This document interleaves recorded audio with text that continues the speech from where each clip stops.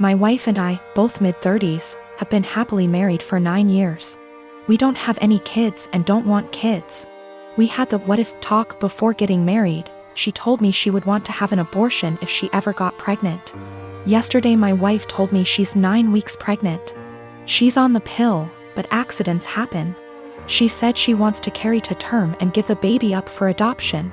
Naturally, I was surprised by the news and her change of mind. I asked her if she considered getting an abortion. She said she had, but she doesn't want to because she feels a bond to the fetus.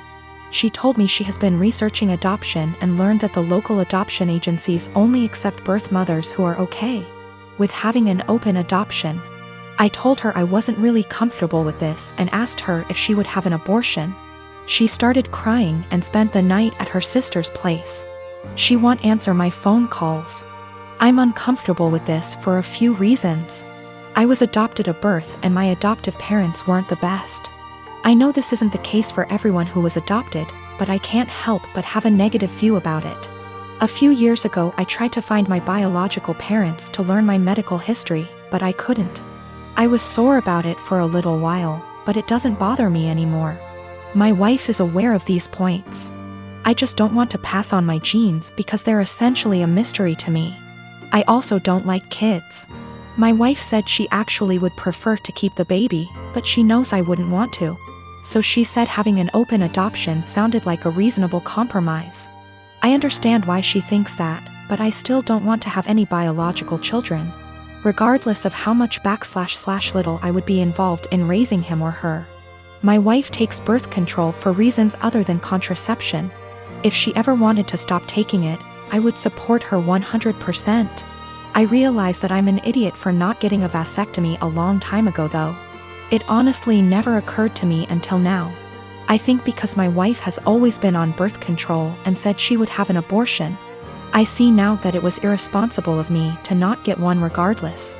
I'm going to get snipped. She and I talked, it was emotional for both of us, but no voices were raised. I apologized for putting her in this position by being an idiot and not getting a vasectomy earlier. I also apologized if she felt like I was pressuring her when I asked her to have an abortion. I didn't mean to pressure her, but I know words aren't always received as we intended. She said she felt pressured a little, but forgave me because she knows I was totally caught off guard. She apologized for having a change of heart regarding abortion.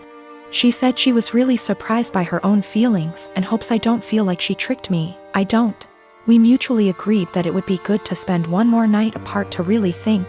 We've always have a strong marriage, and we're both committed to working through this, whatever that may look like.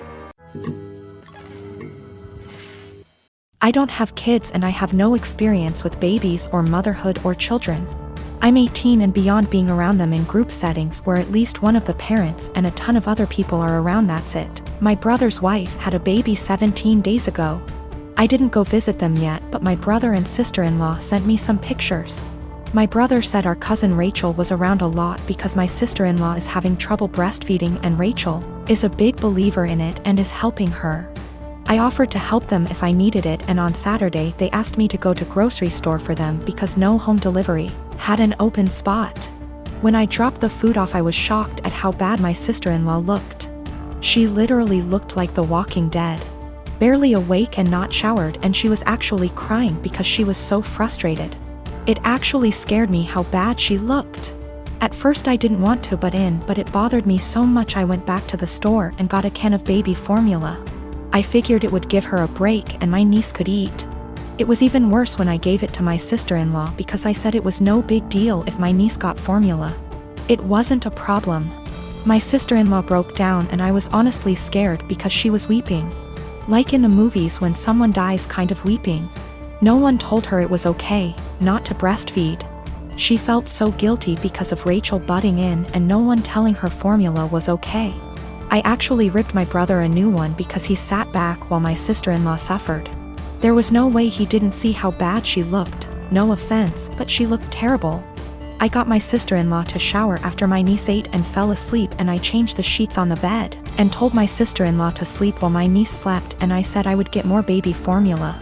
I thought I did the right thing because my sister-in-law actually stopped crying, showered and slept, and the next 3 days she looked better and didn't cry again. My niece gets full. My idiot brother smartened up and told Rachel to stay away and everyone else, especially our parents and SIL's parents, to butt out. They take turns feeding so they both can sleep. My parents and Rachel are furious at me. SIL's sister was in agreement with Rachel and left me an angry voicemail full of swearing. Rachel basically had sister-in-law holding the baby while topless 24/7 and my dumbass brother sat there and didn't help with the baby at all. Rachel breastfed all her kids until they could walk and talk and never had problems, but my sister-in-law obviously did. My dad said I overstepped and should not have butted in. I was scared shitless after seeing sister-in-law on Saturday.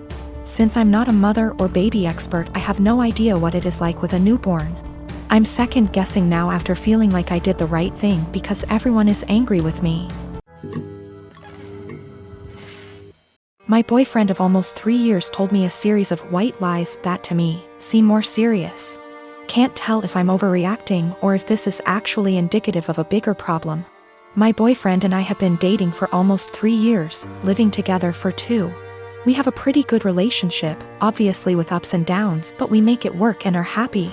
A little background on me and my boyfriend. I come from a single-parent home. My father was absent. My mother was and is by no means perfect, but she did her best with what she had. We were poor. Life was never easy for us, but we had each other. Since I was pretty young, I've wanted to pay her back someday. I've worked incredibly hard to be able to do so. I help her financially as much as I can and regularly pay her bills back / send her cash.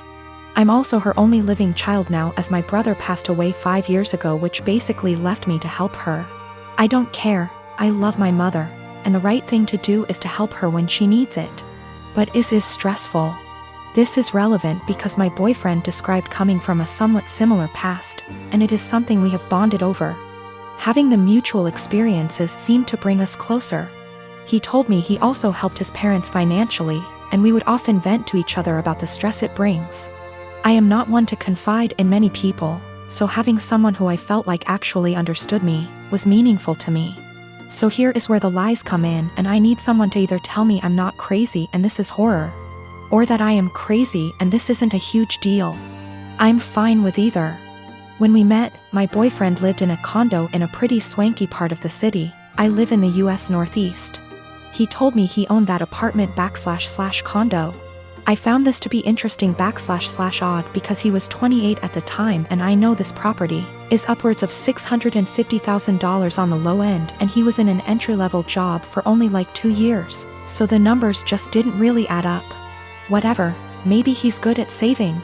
But then, since living together, I never once saw a piece of mail for a mortgage payment, electric bill, taxes, nothing. Not for 2 whole years. Very odd. Also, when we started living together, he didn't have his room rented out in the former apartment yet, so he was still responsible for that portion of the rent.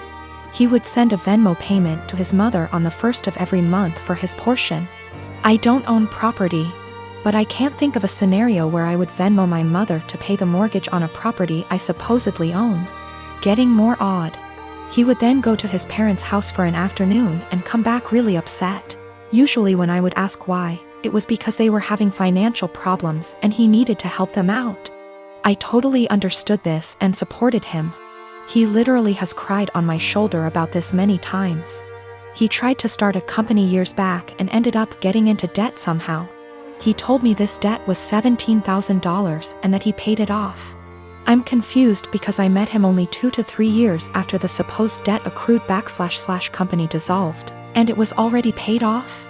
He told me when he moved back home after the business failed, he was $17,000 in debt and living at his parents' house working at a minimum wage job. How someone with a minimum wage job pays off that much debt in 3 years, I'll never know. We got into a fight a few weeks ago and I finally had enough and confronted him about these things. He doesn't help his parents, they actually pay his phone bill, and this was all a lie. He doesn't own that apartment, he didn't pay off that debt from his company. He initially told me his parents helped pay it off and then like 3 minutes later, came clean. And said that his business partner paid it off, so I have literally no idea what the truth is there, and if anything, in my eyes, his parents are the ones who are financially supporting him.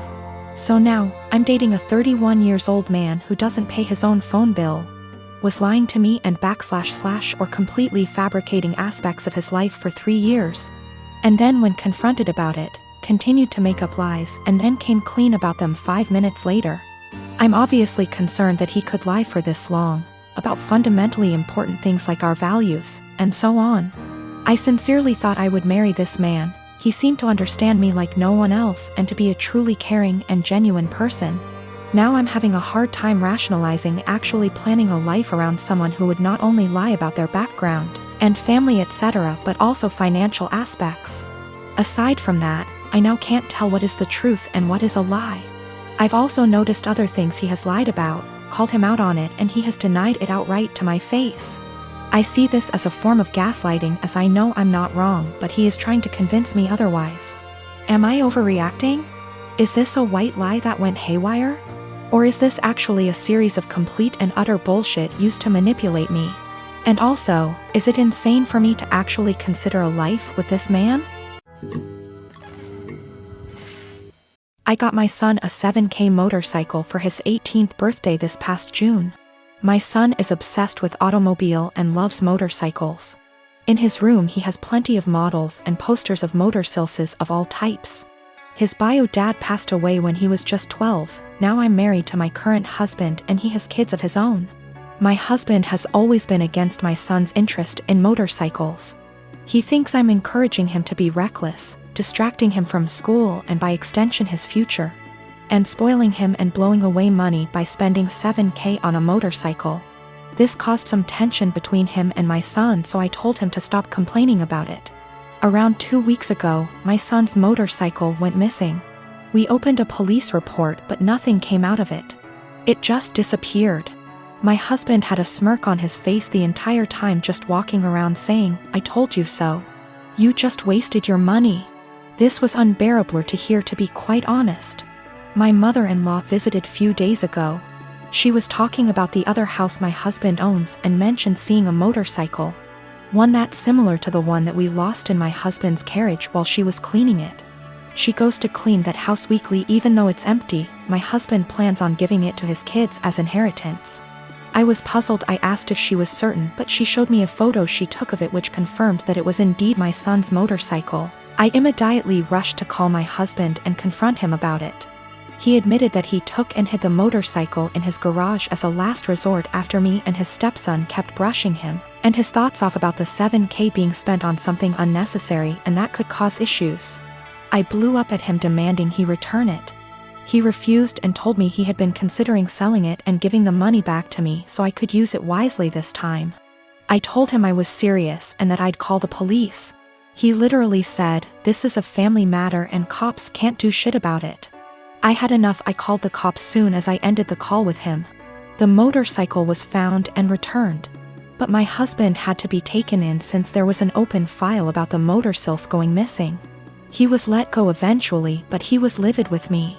He came home yelling about how awful what I did was and how crazy my behavior was. I refused to engage in the argument, but he told his entire family about it and they judged me for calling the police on my own husband, even though I already asked him to return it. He said he was just looking out for my son and that one day we'll realize that he was right, but only when it's too late. My son isn't speaking to me or my husband. I feel horrible about the whole situation and am starting to think I handled this the wrong way.